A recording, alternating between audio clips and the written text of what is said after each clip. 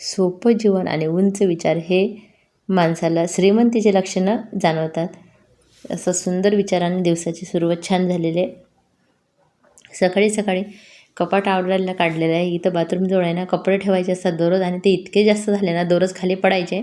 उद्या उद्या करून मात्र हे काम राहून जायचं. आज मनावर घेतलं. त्याच्यानंतर 2 दिवसचा व्हिडिओ आहे, आधीच्या दिवसच दाखवत आहे तुम्हाला, बुधवारचं. आणि त्याच्यानंतर बघा थोडेसे गाजर किसायचे होते, कारण हलवा करून ठेवायचा होता. गाजर किसायचा आपल्याला कंटाळा येतो, पण हलवा मात्र सर्वांना आवडते. पण थोडी मेहनत केल्याशिवाय तर काही मिळत नाही. तसं तर छोटे तुकडे काढून आहे ना मिक्सरमधून जरी काढला ना तरी होते. पण म्हटलं आज पटापट किसले गेले, कारण गाजर आहे ना थोडे ताजे असले ना पटापट किसले जाते, आणि उद्या उद्या करून ते जर ठेवले ना, आणि तो हलवा शिजते पण लवकर, जो आपण ताजा ताजा बनवतो ना तो. आणि ज्या गोष्टी त्यावेळेस निघतात ना त्या भरपूर खाल्ल्या पाहिजे, आपल्या शरीरासाठी सुद्धा चांगल्या असतात. आणि आता हिवाळ्यात खूप येतात गाजर, वाटाणे, हे सर्व आपण खायलाच पाहिजे.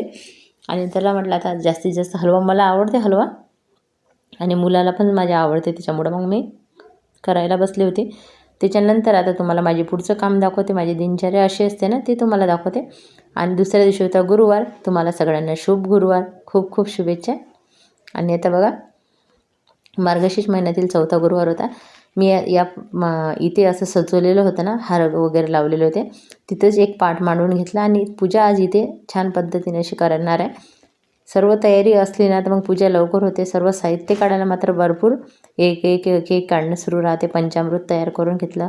2 तुळसायण्या वेगवेगळ्या अशा ठेवून घेतल्या. ह्या तुळसायण्या मी दरवेळेला वेगवेगळ्या पद्धतीने सजवत असते. कधी आपण दिवे ठेवू शकतो, कधी तुळशीचं छोटंसं रोपटं तिच्यात ठेवून छान वाटते. थोडीशी फांदी आणि थोडंसं पाणी टाकून दिसायलाही छान वाटते. आणि आपल्या गृहिणीला माहीत असते प्रत्येक गोष्टीचा असा वेगवेगळा उपयोग कसा करायचा. एकदा आपण वस्तू घेतो ना त्याच्या वेगवेगळ्या पद्धतीने उपयोग हा सुरूच असते. म्हणून मी म्हटलं आज या पद्धतीने आपण सजून बघूया. आणि पहिले आता दिवा वगैरे लावला की पंचामृतनं गणपतीची बाप्पाची पूजा करून घे. आणि तांदूळाची महालक्ष्मीसुद्धा काढतो आम्ही, कारण हे उपास मी 7वीपासूनच पकडते. त्याच्यामुळं आधीपासून जसं करतो तसंच करावं म्हटलं. आणि प्रसन्न वाटते तेव्हा. तर काही एवढं खाण्याचं नव्हतं. मस्त बोरं वगैरे शाळेच्या रस्त्याने जाता तोडून घ्यायचे आणि मस्त ते कंपॉसमध्ये न्यायचे. वेगळ्याच आठवणी असतात त्या पण आहे ना. तुम्ही पण याच्यापैकी काही तुमच्या पण आठवणी असू शकते. कारण पहिले असंच होतं काम, म्हणजे वस्तू कमी होत्या पण आनंद खूप जास्त वाटायचं, कारण ते सगळ्यांचे विचार आणि मनं खूप असे वेगळे होते. आता कसं झालं, सर्वांना वाटते माझ्याकडे सर्व आणि सर्वांना खूप गर्व, असं अशासारख्या गोष्टी झालेल्या आहे. आणि आता बघा 5 झाडांच्या 5 फांद्या तोडलेल्या मी अशा. मुलाला ते पण व्हिडिओ घ्यायला लावले, पण काय माहीत मागे पुढे झाले असेल बहुतेक. आता पुढे दिसले तर मी तुम्हाला ते पण येतील. कारण कधी कधी असं होते फांद्या पण मी अशा धुवून घेतल्या पूर्ण. आधीच धुवून घेत असते पण आज राहून गेलेल्या होत्या. आणि आज पण सोप्या पद्धतीने आणि साधीच पूजा मांडून घेते म्हटलं.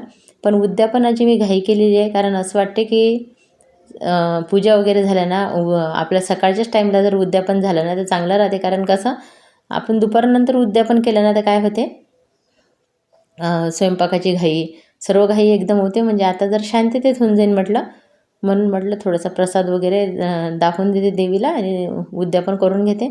मग नंतर बाकीची पूजा वगैरे होऊन जाईल. पण बघा आता ते व्हिडिओ काढले, पण ते व्हिडिओ कुठे गेले तेच मला दिसले नाही. आणि मग नंतरच्या व्हिडिओमध्ये टाकल्या जाईल. कारण माझे व्हिडिओ खूप मोठे मोठे नाही बनवत मी, छोटेच बनवत असते. देवीचा आहे ना हा मुखवटा खूपच सुंदर आहे. सर्वांनाच बघून असं वाटते की तुम्ही कुठून घेतला विचारतात. आणि छान वाटते, एकदम प्रसन्न वाटते. असा प्रसन्न चेहरा आहे. नंतर सजवल्यावर तर अजूनच छान वाटते. आणि छान आहे ताई, शेवंतीचे वगैरे सकाळी सकाळी हार घेऊन येते ना. आज मी हे 2 हार घेतले होते आणि 12 अशा कुंद्याच्या वेण्या घेतल्या होत्या सर्वांना देण्यासाठी. फळासोबत एक एक वेणी. आणि पुस्तक तर मी यावर्षी ठरवलं होतं घरी असेल तर ते देईन, नाही तर मग फळं तेच देऊया. पण 5 पुस्तकं होतीच. आणि ते नंतर आपल्यालाही कोणी बोलवते ना तर ते येतच राहतात. आणि आता तुम्हाला दाखवते मी अंगणातल्याच झाडाच्या अशा फांद्या तोडून घेत असते. आधीपासून आम्ही 5 झाडांच्या 5 फांद्या घेतो आणि तेच प्रथा आता आधीपासून केलेली. हे बघा मी सर्व तोडलं होतं, तो तर आला व्हिडिओ, पण मेन व्हिडिओ आला नाही, फोटोच आलेला आहे. आणि बघा असे देवीचं रूप इतकं प्रसन्न वाटत होतं ना. छान अशी सजावट आणि कुंकू आणि ते गजरे, खूपच सुंदर सुंदर आज देवीचं रूप दिसत होतं मला. आणि छान असा हारांची सजावट. आणि आता मी ताईला बोलवलं आहे. मी सर्वांचे व्हिडिओ नाही घेतले, थोडेफार घेतले. तर ते म्हटलं चला तुम्हाला पण छान असे बघा फळं. पहिले मला म्हटलं की आता वेळेवर फळं घ्यायला जा लागेल, पण संत्री होती मग तेच फळं म्हणून दिले. आणि एक एक वेणी आपले गजरा दिला आणि अशा पद्धतीने आपली ओटी भरून नमस्कार वगैरे सुवासिनींना केला.